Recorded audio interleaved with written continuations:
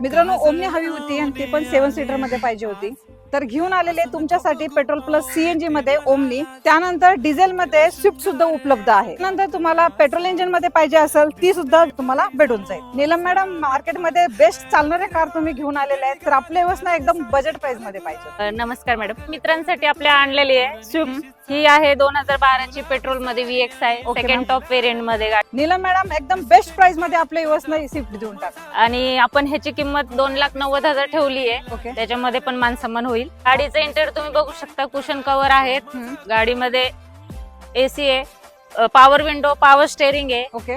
गाडीचे चारही टायर पण तुम्ही बघू शकता एकदम 80% आहेत. गाडी वेल मेंटेन आहे.